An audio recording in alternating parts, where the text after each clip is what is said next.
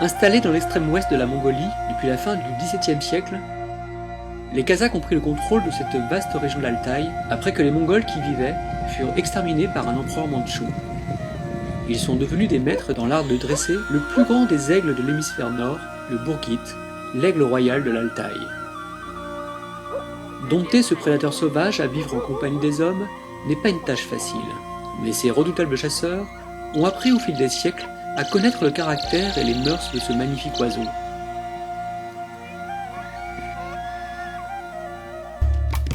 L'aigle royal est l'animal préféré des Kazakhs mongols, pour qui il est le roi des oiseaux.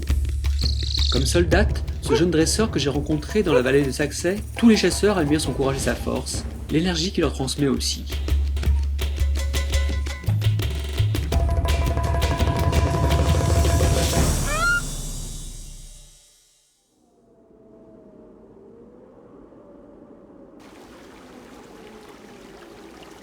Aujourd'hui, près de sa yourte, Soldat commence sa séance quotidienne de dressage avant de nourrir son aigle.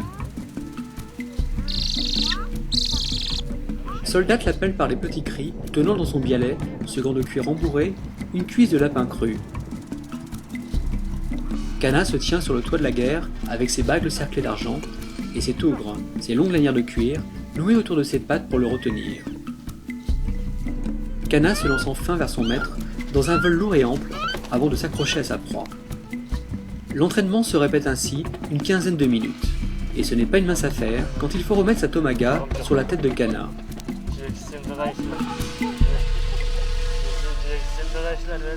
Comme je l'apprends au fur et à mesure de mes rencontres, les chasseurs kazakhs capturent plutôt les aigles femelles pour leur agressivité et leur envergure qui peut atteindre 2,20 m pour 10 kg.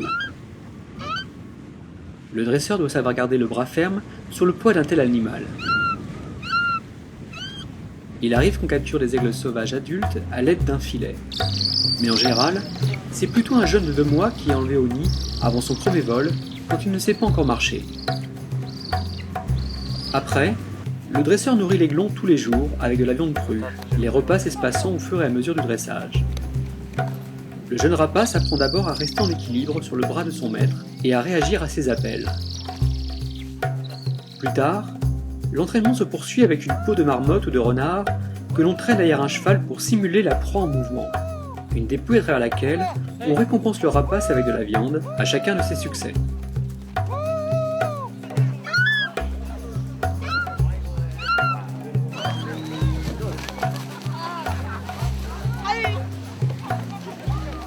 Comme chaque dresseur me l'explique, l'aigle doit dépendre de son maître pour manger. S'il apprend à se nourrir tout seul, il redeviendra sauvage et fuira les hommes. En hiver, les dresseurs tiennent affamés leurs aigles pour la chasse. Sa vision, 8 fois supérieure à celle de l'homme, permet au rapace de repérer ses proies de très haut. Lorsqu'il s'élance à plus de 160 km/h à leur poursuite, il faut être un cavalier rapide pour le retrouver avant que l'aigle n'abîme la fourrure de sa victime ou qu'il soit blessé par sa proie si elle se défend. Soldat, lui, trappe le plus souvent seul dans la montagne avec Kana. Mais quelquefois aussi en groupe, quand les grandes chasses d'hiver commencent. En effet, c'est à cette période que les gibiers sont les plus gros et ont revêtu leur pelage de saison. L'occasion de grandes chevauchées pour Soldat, comme le faisaient ses ancêtres. Depuis l'âge de 15 ans, le jeune homme a appris beaucoup sur l'art et la manière de dresser un aigle, et à quelques jours du festival des aigles de Saksay, Soldats se sont prêts à triompher avec Kana lors des compétitions. Mais il n'est pas le seul dans la vallée à se préparer pour le concours. Big Bolat, éleveur de chevaux, est un spécialiste du dressage des aigles dont il en possède 3. Il a déjà gagné de nombreux prix et c'est un homme très respecté dans toute la province du Bayanagi. Malgré son âge, Big Bolat ne veut surtout pas rater ce rendez-vous annuel qu'est le festival de Saksay.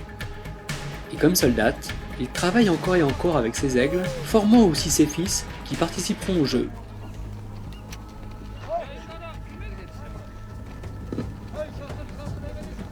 Dans la vallée, c'est le grand jour.